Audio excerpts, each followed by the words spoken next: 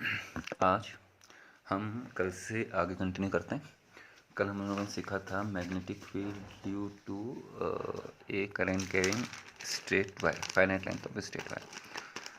Formula था μ0/4 I upon d sine 5 plus sine 5 आपको मालूम थे। तो इसी को हम लोग आगे बढ़ाते हैं। अब दूसरा एप्लीकेशन करते हैं, magnetic field at the centre of a current carrying circular coil. Magnetic field निकालें करंट कैरिंग सर्कुलर कॉइल के सेंटर पे और उसकी एक्सिस पे, ठीक है ना। तो आज का टॉपिक क्या है, magnetic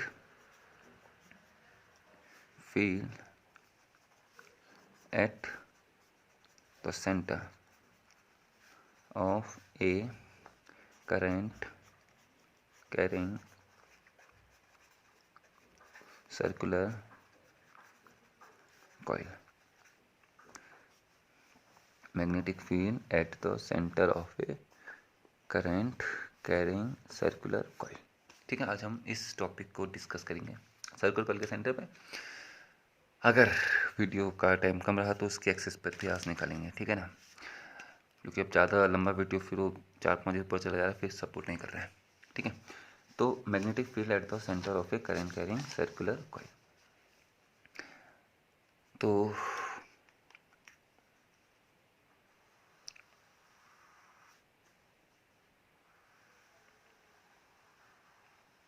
it is a coil,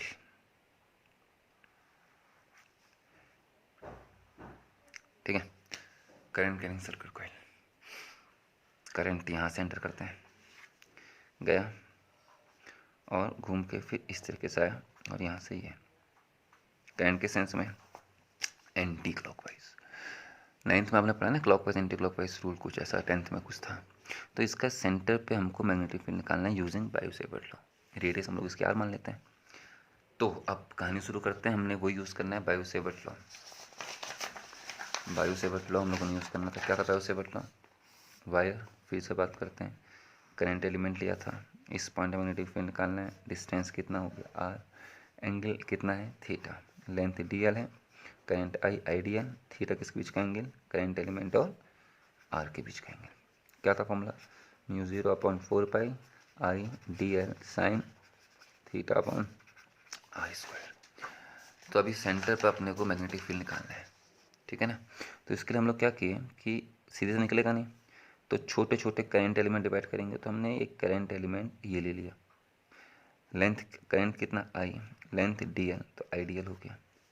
तो इस करंट एलिमेंट से कहाँ पर निकालना है, सेंटर पे। सर निकालना तो पूरी कॉइल से, तो पूरी कॉइल से एक साथ नहीं निकलेगा, हम इसको छोटे छोटे एलिमेंट में डिवाइड करेंगे, किसी एक पर्टिकुलर एलिमेंट से निकालेंगे जो हमको सूटेबल हो, और फिर हम अपने अकॉर्डिंग, अपने कन्वीनियंस के अकॉर्डिंग किस तरीके से उसका इंटीग्रेट हो सकता है करेंगे, मतलब उन सबको जोड़ देंगे, इंटीग्रेट करेंगे। तो इस करंट एलिमेंट का इस सेंटर पर निकालना है। तो भाई इस एलिमेंट, जिस एलिमेंट से जिस पॉइंट पे निकालना है, उस एलिमेंट के स्टार्टिंग पॉइंट से उस पॉइंट को ज्वाइन करने वाली हम एक लाइन ड्रॉ करेंगे, और इसका हमने कह दिया आर। आइडियल और आर के बीच का एंगल कितना रहा, 90, समझ रहे हैं। थीटा इज इक्वल टू कितना हो गया, 90। किस किस के बीच का एंगल, करंट एलिमेंट और आर पी। अब इस केस में हमने जो डिस्टेंस स्मॉल आर है उसको कितना लिया भाई, कैपिटल आर, जानबूझ के लिए, क्योंकि आगे फिर स्मॉल आर कन्फ्यूज करता है। तो आइडियल और आर के बीच का एंगल 90। तो इस एलिमेंट से यहाँ पर कितना होगा, magnetic field at P, magnetic field at P due to current element, current element कौन, करंट एलिमेंट कौन है, करंट एलिमेंट नाम देते हैं पी क्यू, करंट इसको ओ कह देते हैं। Current magnetic field at O हो गया, magnetic field at O due to current element P Q, due to current element P Q इस क्या है भाई फॉर्मूला, कौन सा लो, बायो-सेवर्ट लो। तो क्या कह के जाए भाई बायो-सेवर्ट हमसे, वही फॉर्मूला याद है आपको।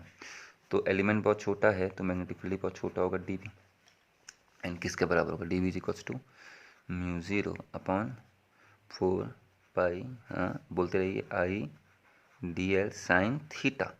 किसके बीच का एंगल है थीटा, करंट एलिमेंट और आर के। तो यहाँ पर कितना निकला है 90, तो साइन 90 अपॉन आर स्क्वायर, ये मैग्नेटिक फील्ड निकला, ठीक है।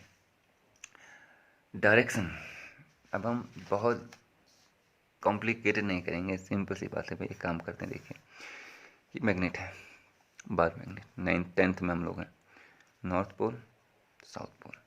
तो नॉर्थ पोल से फील्ड लाइंस बाहर को आती हैं और साउथ पोल से वही फील्ड लाइंस अंदर को एंटर करती हैं।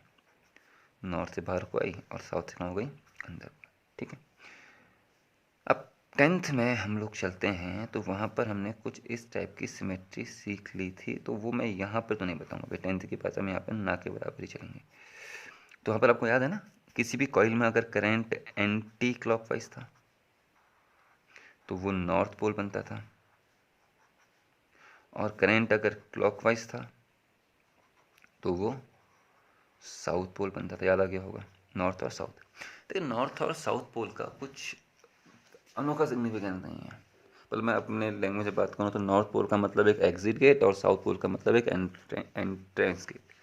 मतलब साउथ पोल कहीं पे लिखा है तो उसका मतलब समझिए कि भाई यहाँ से एंटर करना है, नॉर्थ पोल कहीं पर पता लग गया तो उसका मतलब यहाँ से एग्जिट करना है। अब थिएटर गए आप मूवी देखने तो वहाँ पर एग्जिट और इन हटा देते हैं। हम फिजिक्स वाले हैं तो हम लोग कहेंगे जहाँ पर इन है वहाँ पर हम एस लिख देते हैं, समझ आना कि भाई एस एंट्रेंस हो रहा है अंदर को, और जहाँ पर एग्जिट है वहाँ पर हम एन लिख देते हैं, मतलब यहाँ से फील्ड लाइन्स बाहर को जाएंगे। तो नॉर्थ पोल से फील्ड लाइन्स हमेशा बाहर को आएंगे, साउथ पोल से फील्ड लाइन्स हमेशा अंदर को जाएंगे। नॉर्थ पोल से फील्ड लाइंस इसके परपेंडिकुलर बाहर को, और यहाँ नॉर्थ है तो इसके परपेंडिकुलर बाहर को। साउथ पोल्स में हमेशा अंदर को, और ये साउथ है तो इसके अंदर को, क्लॉकवाइज और एंटी क्लॉकवाइज। क्लॉकवाइज मतलब साउथ पोल, एंटी क्लॉकवाइज मतलब नॉर्थ पोल। क्लॉकवाइज मतलब साउथ पोल, एंटी क्लॉकवाइज मतलब नॉर्थ पोल। नॉर्थ पोल मतलब डायरेक्टेड आउटवर्ड, साउथ पोल मतलब डायरेक्टेड इनवर्ड। तो यहाँ करंट कैसे दिखाया भाई हमने, यहाँ जो करंट दिखाया है वो करंट कैसे दिखाया है, हाँ एंटी क्लॉकवाइज। तो कौन सा पोल बन गया, एंटी क्लॉकवाइज मतलब नॉर्थ पोल। तो नॉर्थ पोल मतलब कहाँ को, बाहर को। तो इस सभी इसमें इस एलिमेंट के करंट मैग्नेटिक फील्ड कहाँ को आएगा, बाहर को। इस एलिमेंट से भी कहाँ को आएगा, बाहर को। इस एलिमेंट से भी कहाँ को आएगा, बाहर को। अगर आप पाम रूल यूज़ करते हैं, रिस्ट यूज़, देखो रिस्ट यूज़ में क्या होता है, मैंने अपना हाथ लिया, इसको भी सीख लेते हैं। ये वायर है, इस वायर के कारण इस पॉइंट पे मुझको मैग्नेटिक फील्ड निकालना है। तो पहला तरीका वही सर बच्चों वाला जो हम लोग 10th से पढ़ता आ रहे हैं, ऐसा स्क्रू, इसको आप लोग अपने राइट हैंड से पकड़िए इस तरीके से कि अंगूठा क्या बताए, डायरेक्शन ऑफ करंट। तो उंगलियां जो कर्ल होंगी, घूमेंगी, तो क्या बताएंगे आपको, मैग्नेटिक फील्ड का डायरेक्शन। तो इसके कारण यहाँ मैग्नेटिक फील्ड कहाँ को आया, ऊपर को। अगर रिस्ट वाला रूल लगाएंगे तो इसमें क्या होता है कि हाथ वही चीज़ वही है, ये जो रिस्ट है यहाँ पे, ये जो रिस्ट है वो उस जगह पर आएगा जहाँ पर आपका करंट एलिमेंट, अगर ये करंट एलिमेंट है तो रिस्ट हमारा यहाँ पर रहेगा, और इससे उस पॉइंट की तरफ उंगलियाँ रहेंगी जहाँ पर हमको मैग्नेटिक फील्ड निकालना है। अंगूठा करंट तो कहाँ को आ रहा है, ऊपर को। नहीं समझे, चलिए फिर अगर मेरे को यहाँ पर निकालना होता तो रिस्ट तो यहीं पर रहती, लेकिन उंगलियाँ वहाँ से यहाँ को आती, लेकिन करंट उधर को है। देखिए करंट कहाँ को, इधर को यहाँ पर निकालना है तो ये रहेगा नहीं रहेगा। तो रिस्ट कहाँ पर आई है, रिस्ट कहाँ पर आया है, यहाँ पे एलिमेंट है। फिंगर्स कहाँ को है, जिस पॉइंट की तरफ मैग्नेटिक फील्ड निकालनी। तो अगर मैं यहाँ को प्रेस करता, किसी को मारता तो कहाँ को दबाता, अंदर को। तो मैग्नेटिक फील्ड कहाँ को है, इस पाम के परपेंडिकुलर अंदर को। ठीक है, चलिए एक चीज़ और अभी भी दिमाग में आ गई कि सर्कुलर कॉइल क्यों पढ़ रहे हैं भाई हम लोग, हमने सर्कुलर कॉइल क्यों पढ़ा भाई। अच्छा खासा स्ट्रेट वायर था, उस स्ट्रेट वायर में करंट थी, चारों तरफ मैग्नेटिक फील्ड था, तो कॉइल का ज़रूरत क्यों पड़ा। चलिए काम करते हैं, इस एलिमेंट के कारण मैं यहाँ पर मैग्नेटिक फील्ड निकालता हूँ। तो अगर आप स्क्रू से कहेंगे तो ये अंगूठा कहाँ को आया, ऊपर को, उंगलियाँ हो गई नीचे को। तो मैग्नेटिक फील्ड कहाँ को आ रहा है, अंदर को, मतलब क्रॉस। और अगर रिस्ट कहोगे तो ये रिस्ट कहाँ पर आएगा, जहाँ पर एलिमेंट है। अंगूठा कहाँ पर आएगा, जहाँ को करंट है। उंगलियाँ जिस पॉइंट पर रिक्वायर्ड है, देखिए हाथ देखिए मेरा, उंगलियाँ कहाँ की तरफ है, इस वायर से यहाँ की तरफ। अंगूठा कहाँ को है, ऊपर को। कहाँ को प्रेस कर रहा है, नीचे को। यहाँ पर निकालना होता, इस पॉइंट पे निकालना होता, अगर ये पॉइंट होता तो यहाँ से यहाँ की तरफ उंगलियाँ आती है ऐसे, अंगूठा करंट के अलाउ, तो कहाँ को आता, ऊपर को, मतलब डॉट। और अगर आप स्क्रू लगाओगे तो ये वायर पकड़ोगे तो यहाँ से कहाँ को आएगा, अंदर को, घूम कर यहाँ से कहाँ को आएगा, बाहर को। चलिए तो समझ गए। अब इस वायर को मैं इस पॉइंट से बेंड कर देता हूँ, और बेंड करके मैंने वायर का स्ट्रक्चर कुछ ऐसा ले लिया। देखिए भाई 1 2 और 3 पार्ट हो गए। इसमें करंट ऊपर को थी तो यहाँ से बेंट, ये वाला पॉइंट ये हो गया P, ये वाला पॉइंट Q मान लीजिए, ठीक है ना, ये रहा। तो ये P है Q, तो करंट P2Q फ्री है। अब इसी पॉइंट पर निकालते हैं। देखिए यहाँ पे पहले वाले एलिमेंट इससे इसको कुछ नाम दे दो, ओ, ओ पी से अंदर को था, पी क्यू से भी अंदर को आएगा, क्यू आर से भी अंदर को आएगा, इस ओ पी से भी अंदर को आया इस पॉइंट पे, इससे भी अंदर को आया और इससे भी अंदर को। अब हमने बेंड कर दिया। अब देखिए इससे कहाँ को आएगा, अंदर को। इस वाले से निकालोगे ये भी अंदर को, और इस वाले से निकालोगे तो वो भी अंदर को। तो अगर आप इसको घुमा दिए तो इस एलिमेंट का पहले अंदर को था, इस एलिमेंट का अंदर को था, इस एलिमेंट का अंदर को था, लेकिन तीनों पॉइंट अलग अलग जगह पे। तो अगर आप इसको घुमा दिए तो इस एलिमेंट से भी अंदर को, इस एलिमेंट से भी अंदर को, इस एलिमेंट से भी अंदर को, तो मैग्नेटिक फील्ड एक ही पॉइंट में इकट्ठा हो गया ना। अब ये स्क्वायर है, और अगर इस सर्किल में कन्वर्ट करते तो जितने भी एलिमेंट आते, जितने भी छोटे छोटे छोटे छोटे छोटे छोटे एलिमेंट आते, उन सभी का मैग्नेटिक फील्ड एक पॉइंट में एक ही डायरेक्शन को आता, मैग्नेटिक फील्ड बढ़ता। इसलिए हमने किसका यूज़ किया, कॉइल का। सोलेनोइड का यूज़ करेंगे तो ऐसी ही बहुत सारी कॉइल्स जो आएंगी वो लाइन के अलॉन्ग आ जाएंगी, तो एक लाइन के अलॉन्ग हमको मैग्नेटिक फील्ड मिल जाएगा, अच्छा खासा मैग्नेटिक फील्ड। तो इसलिए हम स्ट्रेट वायर को ना पढ़ के किसको पढ़ रहे हैं, हालांकि स्ट्रेट वायर का यूज़ भी है, लेकिन उसको ना देख के हम लोग किसको देख रहे हैं, सर्किल को। सर्किल को देखने से फायदा क्या हुआ, देखो ये ऊपर को था, इसका मैग्नेटिक फील्ड अंदर को, ये घूम के यहाँ को आएगा, इसका मैग्नेटिक फील्ड भी इस पॉइंट पर अंदर ही को, ये यहाँ को एलिमेंट आएगा, इसका भी अंदर को, सीक्वेंस सेम है ना, तो इन सबका कहाँ को आएगा भाई, मैग्नेटिक फील्ड अंदर की तरफ तो आएगा, तो एक डायरेक्शन में जुड़ गया, वो चीज़ यहाँ पर है। तो इस एलिमेंट से कहाँ को है, अंदर को, इसके बगल में जो एलिमेंट आएगा उससे भी कहाँ को आएगा, अंदर को, यहाँ पर जो एलिमेंट होगा वो भी कहाँ को आएगा, अंदर को। तो मैं अंदर को मतलब क्या दिखा देता हूँ, क्रॉस, अंदर की तरफ आ गया। तो d B is equals to कितना आ गया भाई हमारा, μ0/4 I d l sine 91/r, sorry हमने आर कौन सा लिया था, कैपिटल लिया था, capital R square, directed inwards. तो ये क्या निकला भाई, magnetic field at O due to element P Q. क्या हमने पी क्यू एलिमेंट से निकालना था, नहीं सर, हमने तो पूरी कॉइल से निकालना था। तो क्या करेंगे सर, ऐसे जितने भी एलिमेंट हैं उन सभी एलिमेंट का निकाल के जोड़ दें, यानी कि इंटीग्रेट कर दें। अच्छा मैं एलिमेंट यहाँ पर लेता, इसके जस्ट आगे वाला, तो उस एलिमेंट की भी डिस्टेंस कितनी होती, आर, और उस एलिमेंट का जो यहाँ पर आता एलिमेंट उसका भी इससे एंगल कितना होता, 90। मैं एलिमेंट यहाँ पर लेता, उसकी डिस्टेंस भी कितनी होती, आर, एंगल कितना होता, 90। तो भाई ये तो बड़ा अजीब अच्छी बात निकल गई। तो सभी एलिमेंट सेम डिस्टेंस पर है, सभी के लिए एंगल 90 है, तो सभी एलिमेंट के लिए मैग्नेटिक फील्ड यही आना है। सिंपल सी बात, अगर यहाँ पर एलिमेंट लोगे तो इसके लिए भी लेंथ डी एल होगा, एंगल 90 होगा, डिस्टेंस आर होगा, ये तो आएगा। एलिमेंट यहाँ पर लेते उसके लिए भी एलिमेंट का लेंथ डी एल होता, डिस्टेंस आर होता, एंगल 90 होता, तो सबके लिए सेम ही है भाई। तो इसलिए क्या करेंगे, सब एलिमेंट को जोड़ देंगे। अब हमें ज़्यादा दिमाग नहीं खर्च करना, तो डायरेक्ट क्या कर देंगे, इंटीग्रेट। तो net magnetic field at O, net magnetic field at O due to the whole circular coil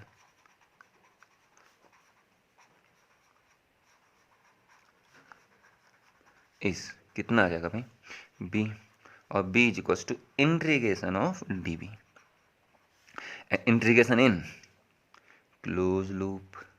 ये आपको सिखाया था गॉसेस थ्योरम में, क्लोज लूप कब होता है, ओपन कब होता है, मालूम होगा तो पूरा मतलब D L D L D L D L D L D L D L D L close बना देंगे लूप, ठीक है। अब ये मत कहना कि यहाँ पर तो भाई कटा हुआ छूटा हुआ, ये एनेमेल्ड है भाई, यहाँ पर आपने नॉन इंसुलेटिंग की कोटिंग की है, तो बिल्कुल चिपके हुए, हमने अपने कन्वीनियंस को दिखा रखा है, बिल्कुल चिपके हुए। अब चिपके हुए तो कैसे करंट कैसे नहीं बटी, क्योंकि एनिमेल्ड है, बाहर से कोटिंग है, तो करंट यहाँ से सीधे यहीं को जाएगा, यहाँ को नहीं जाएगा।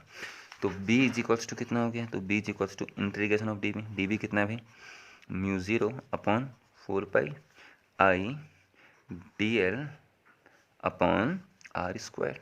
लिमिट क्यों नहीं ली, अरे सर क्लोज लूप है, काहे का लिमिट लें, ओपन हो तो जैसे कल हमने लिमिट ली थी वो लेते हैं, तो क्लोज में सिंपल सी बात है, कॉन्स्टेंट बाहर फेंकते हैं, μ0/4 कॉन्स्टेंट है, आई कांस्टेंट है, डिस्टेंस आर भी कांस्टेंट है, तो अपॉन आर स्क्वायर फिक्स हो गया।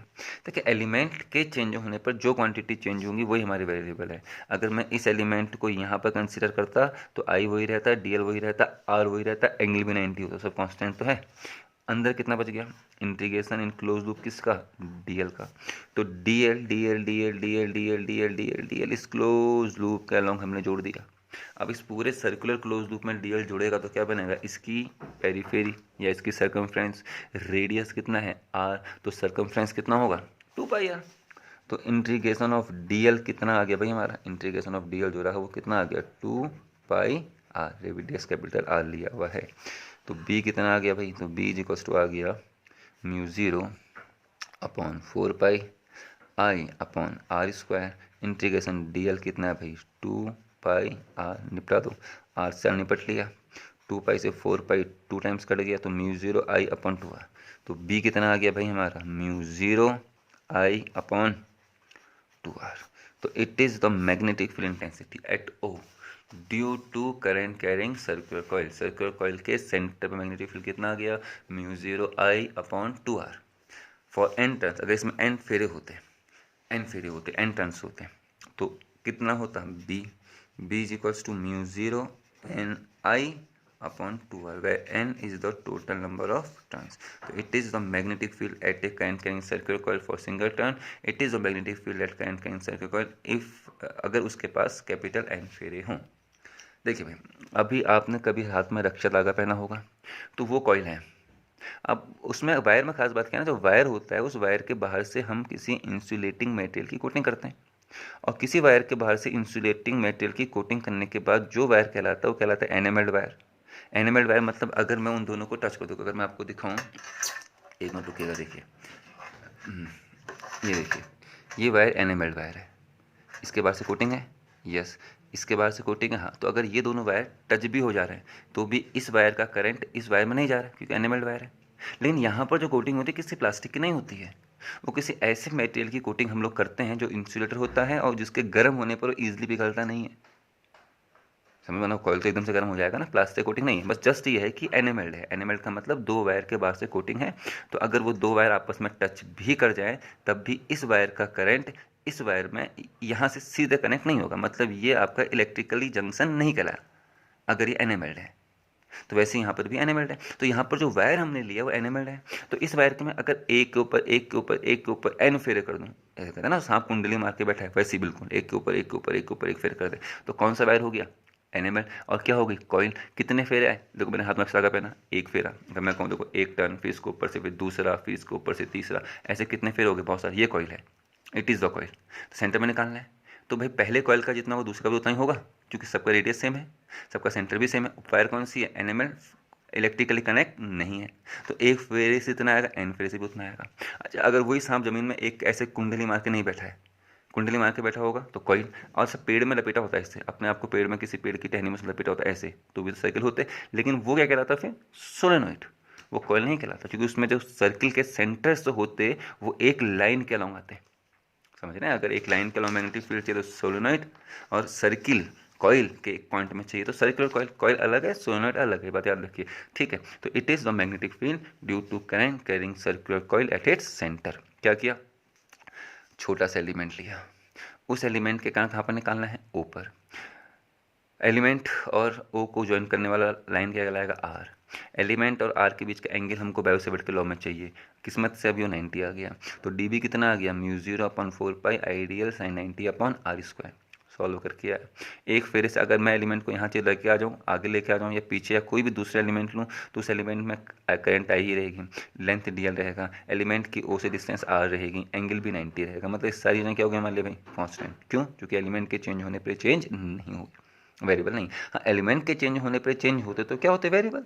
तो उसके बाद फिर हम अपना मैथमेटिक्स लगाते जो भी है, तो निकाला, फिर नेट मैग्नेटिक फील्ड निकालने के लिए इनको क्या कर दिया, जोड़ दिया, ठीक है, बिना किसी चीज़ के। तो इंटीग्रेट करने का मतलब जोड़ना हो गया, तो कांस्टेंट बाहर फेंके, इंटीग्रेशन डी एल 2 पाई, सॉल्व करके आपको आ गया। तो एक फेरे के लिए, एन फेरे के लिए कितना होगा, म्यू 0 n अपॉन 2r।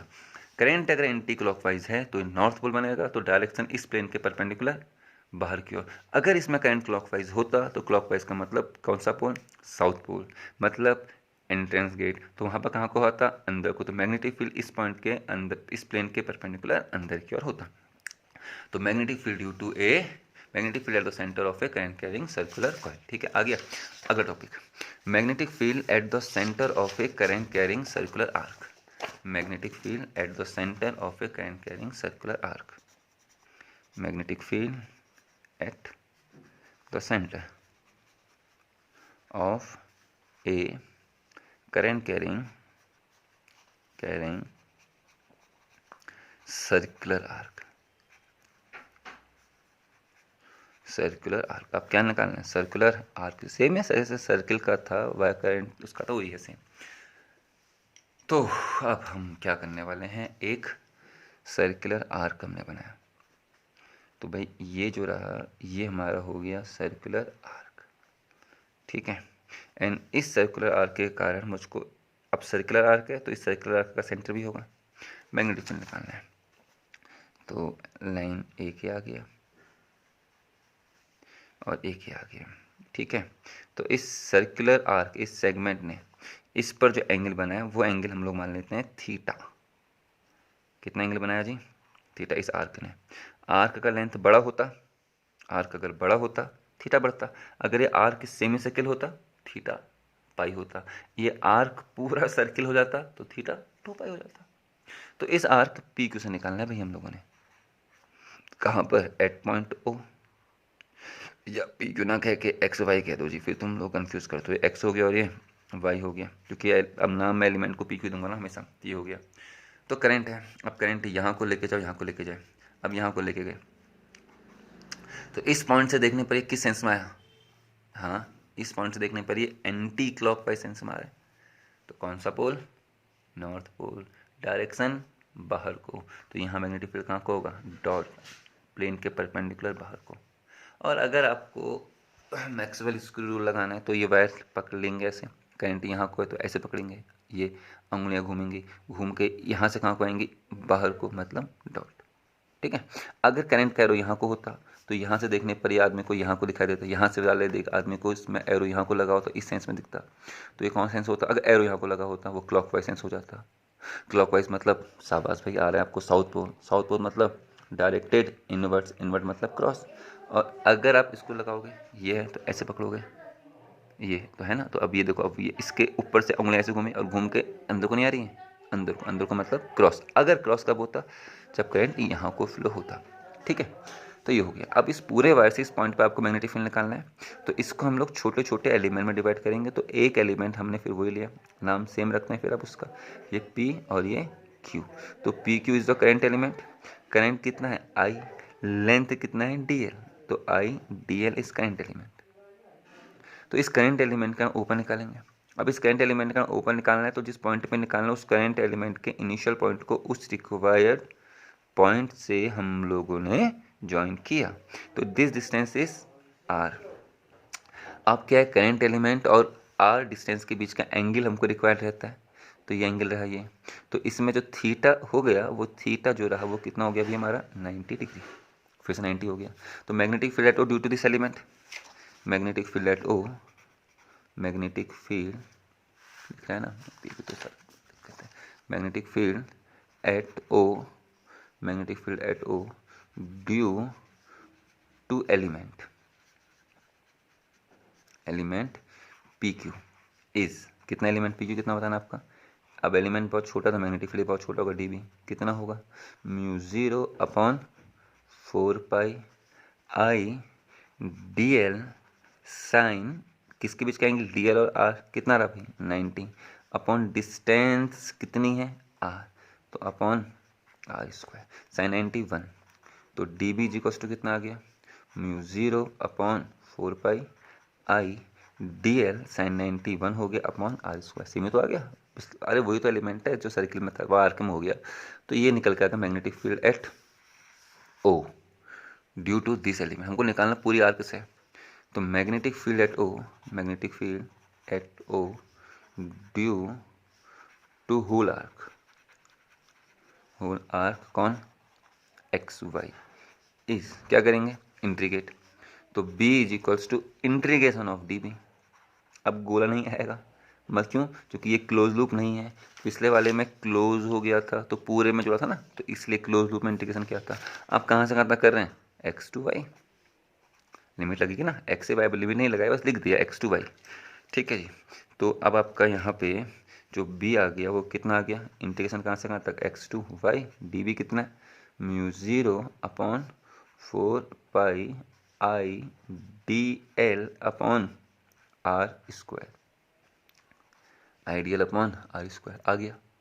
तो नेट कितना होगा? अब देखो कांस्टेंट बाहर फेंकते हैं, एलिमेंट अगर यहाँ होता तो वही आई वही डी एल और वही आर, एलिमेंट यहाँ रखते तो आर वही रहता, सब कुछ वही रहता। तो ये सब कुछ कांस्टेंट जो थे पता लगे, म्यूजिक अपॉन 4 पर तो कांस्टेंट होता है, एलिमेंट के चेंज करने पर आर भी चेंज नहीं रहा, करंट सब में सेम फ्लो होगी। तो म्यूजिक भी कांस्टेंट, 4 भी कांस्टेंट, आई भी कांस्टेंट, आर स्क्वायर भी कांस्टेंट। तो बी इज इक्वल्स टू कितना आ गया? μ0 अपॉन 4 पाई बाहर आई बाहर, आर स्क्वायर बाहर, अंदर कितना बच गया dl। अब dl कहाँ से कहाँ तक जुड़ रहा है भाई, dl जो है वो x से y तक जुड़ा। अब x से y तक अगर आप dl को जोड़ दोगे तो क्या बन जाएगा, आर्क एक्स वाई। तो integration dl x to y is arc x Y, तो इसको मैं आर्क एक्स वाई लिख देता हूँ। तो b इज इक्वल्स टू कितना आ गया,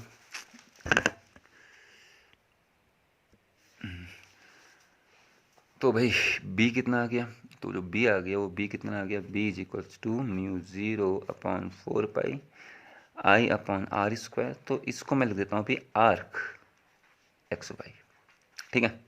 angle equal to arc upon radius, तो arc equal to angle into radius, angle equal to angle is equals to arc upon radius. What is arc, x y, arc x y upon radius R, तो angle equal to arc upon radius, तो arc equal to angle into radius. तो यहाँ पर हम लोग कितना रख लेते हैं, थीटा इंटू आर। तो b कितना आ गया जी, b आ गया आपका mu 0/4 pi I upon R square, और जो आर्क एक्स वाई था उस आर्क एक्स वाई जो हमने कितना रख दिया, theta into R, theta into R आ गया ना। तो आर से आर फिर निपट लिया, तो b कितना आ गया जी, mu 0/4 pi I upon R into theta, ठीक है। ये magnetic field due to circular arc at its centre, theta angle है आर्क का ऊपर, वायु से वाला नहीं, आर्क का ऊपर। अच्छा, आपकी किताब में एक अजीब सा फॉर्मूला और लिखा है, फॉर्मूला अजीब तो होते हैं वो भी सही है, और 360/थीटा इस तरीके से कुछ दिया, वो मेरे को पसंद नहीं है भाई।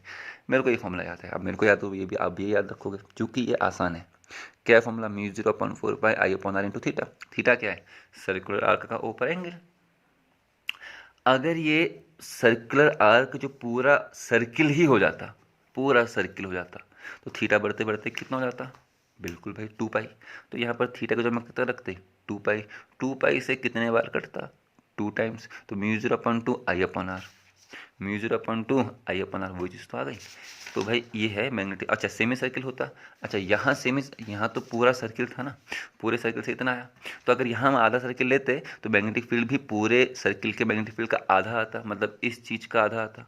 इस चीज़ का आधा कितना होता, म्यू 0 आई अपॉन 2 यानी कि म्यू 0 आई अपॉन 4 और अगर यहाँ से निकालता हूँ, सेमी सर्किल कहते हैं, तो सेमी सर्किल के लिए थीटा कितना होता, 180। थीटा कितना होगा, 180, या पाई रेडियन में लेंगे, तो पाई से पाई कटा, म्यू 0/4 आई अपॉन, एक ही तो बात है। 3 फॉर्मूला आ गए भाई, बहुत फॉर्मूला है यहाँ पे। इस यूनिट, ये यूनिट जो है ये बहुत लंबी यूनिट है, मेरे को बहुत लंबा लगता है, फॉर्मूले बहुत सारे हैं। अब हमको तो पढ़ाते हुए टाइम हो गया तो सब याद हो गए, आप पहली बार पढ़ रहे हैं तो ईजिली याद नहीं होते हैं। तो बार बार इन चीज़ों को जब रिपीट करोगे, इनके न्यूमेरिकल्स बार बार लगाओगे तो फॉर्मूले याद होते हैं। अदरवाइज आप कंफ्यूज कर जाते हो कि पाई न्यूमिनेटर में है नहीं है, डिनोमिनेटर पता नहीं क्या क्या कर बोलते रहते हो। कल जो पढ़ा था, क्या पढ़ा था, magnetic field at the centre, magnetic field due to current carrying finite length of straight wire. कल तो कितना आया था, mu 0/4 pi I upon d sine phi 1 plus sine phi 2। 2-3 conditions लगा दी थी, इनफाइनाइट होगा तो क्या होगा, फाइनाइट के एक पॉइंट में होगा तो क्या होगा।